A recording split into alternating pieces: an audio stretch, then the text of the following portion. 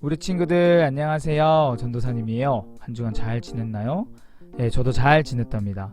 지난주 말씀 기억나요? 지난주 드디어 이집트에서 나온 지 약 2달 만에 이스라엘 백성들은 시내산에 도착했습니다.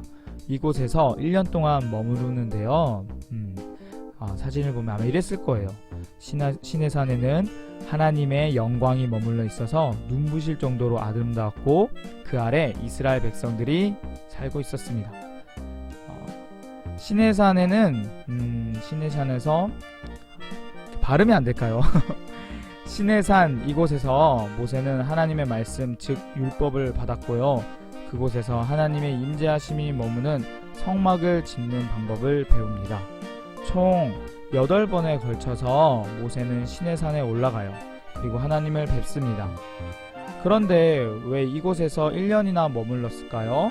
그 이유가 뭘까요? 바로 하나님의 말씀을 습득하고 훈련하기 위해서 그래서 이곳에서 1년 동안 머물렀어요. 그래서 우리 친구들도 이곳 센터에 다니면서 공부도 하지만 하나님의 말씀을 습득하고 훈련해야 된다고 그랬죠? 기억나요? 말씀 암송도 열심히 하고 인사도 잘하고 절대 포기하지 않으며 열심히 공부하고 또 욕하지 않고 다른 사람을 축복하는 그 훈련을 해야 한다고 말씀드렸습니다. 자, 다시 이걸 보면 하나님께서 모세를 부르셨어요. 이렇게 모세가 처음 올라갑니다. 이렇게 올라가서 하나님께서 하신 약속을 모세는 받습니다. 그 내용은 이스라엘 백성을 이 땅 위의 백성 중에서 최고의 백성으로 만들어 주시고 제사장의 백성으로 삼겠다는 약속이에요. 그 뒤에 모세는 이렇게 내려옵니다. 다시 하나님께서 모세를 부르셔서 이렇게 모세가 또 올라갑니다. 올라가서 이스라엘 백성들에게 옷을 빨고 깨끗한 마음을 가지라고 3일 동안 그렇게 하라고 기다리라고 말씀하셨습니다. 그 이야기를 듣고 또다시 모세는 내려갑니다. 그런 뒤에 다시 모세를 또 부르세요. 그래서 또 올라갑니다. 영차 이렇게 올라가서 이렇게 하나님의 말씀을 기다리는데 일반 백성들이 시내산이 궁금해서 하나님의 얼굴 보는 것을 궁금해서 올라오려고 했어요. 그래서 올라오지 못하게 말씀하십니다. 일반 백성들은 시내산에 올라오지 마라 라고 이렇게 얘기하셨어요. 그래서 다시 그 얘기를 듣고 내려갑니다. 내려간 뒤에 다시 모세를 부르십니다. 4번째 또 올라가요. 올라갔더니 그 뒤에 뭐라고 하시냐면은 십계명을 주십니다. 십계명에 대한 이야기는 나중에 다시 할게요. 이렇게 내려왔습니다. 내려온 뒤에 다시 이번에 하나님께서 모세를 또 부르세요. 그런데 이번에는 혼자만 오는 것이 아니라 이스라엘 지도자들을 다 오라 해라 라고 하셔서 같이 올라갑니다. 같이 올라가서 함께 식사를 해요. 하나님하고 같이 밥을 먹어요. 함께 맛있는 밥을 먹어요. 그때 이스라엘 지도자들이 엄청 좋아하면서 즐거워합니다. 그렇게 이스라엘 백성들은 하나님만 믿고 따르기를 약속합니다. 와, 대박이다. 자, 그 뒤에 다 같이 내려와요. 내려왔는데 하나님께서 또 모세를 부르십니다. 쭉 불러요. 이제 6번째 올라갔죠. 이번에는 올라가서 40일 동안 금식 기도를 합니다. 하나님께서 언약의 증표를 주시기로 하셨거든요. 결국엔 40일 만에 하나님께서 언약의 증표 바로 첫 번째 돌판을 주셨어요. 그것을 가지고 내려오는데 갑자기 멀리서 이스라엘 진중에서 요상한 소리가 들리는 거예요. 바로 금송아지 사건이 있었답니다. 사람들이 금송아지를 만들어 놓고 금송아지 보고 우리를 이끄신 하나님이다 라고 이렇게 하며 노래 부르고 춤추고 있었던 겁니다. 이 금송아지 사건은 이스라엘 백성이 하나님을 버리고 금송아지를 만들어 우상 숭배한 사건이에요. 바로 하나님을 배신하는 그런 행동이었어요. 하나님을 믿기로 약속한 지 얼마 되지도 않아서 하나님을 배신하는 일을 한 겁니다. 와, 대박이지 않아요?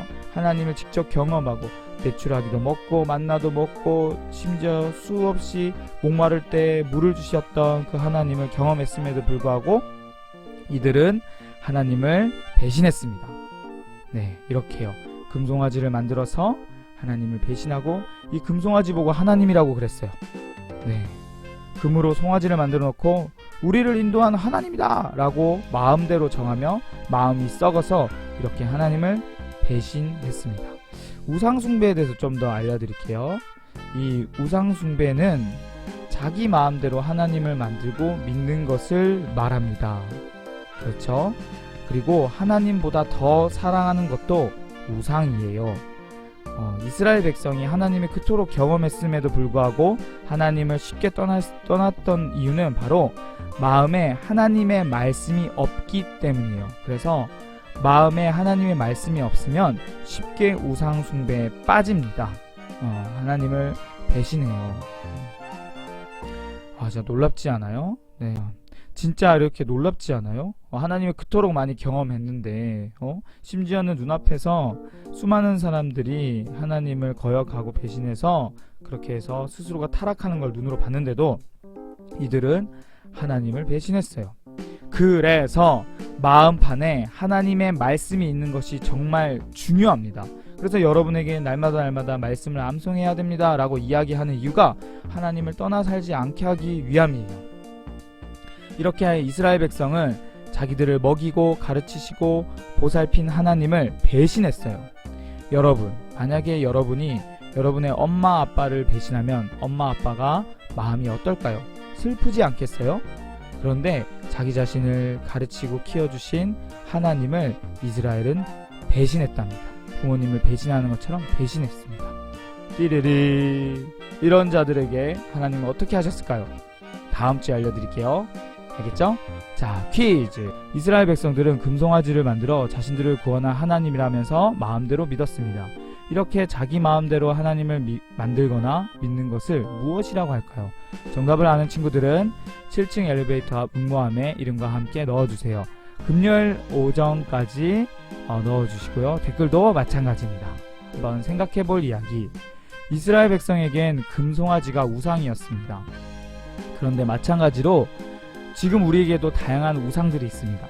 핸드폰, TV, 유튜브, 게임, 돈, 친구, 연예인, 자기 자랑 등 그 어떤 거라도 하나님보다 더 사랑하는 거라면 그것은 우상이에요. 우상. 여러분에게 하나님보다 더 사랑하는 것이 있나요?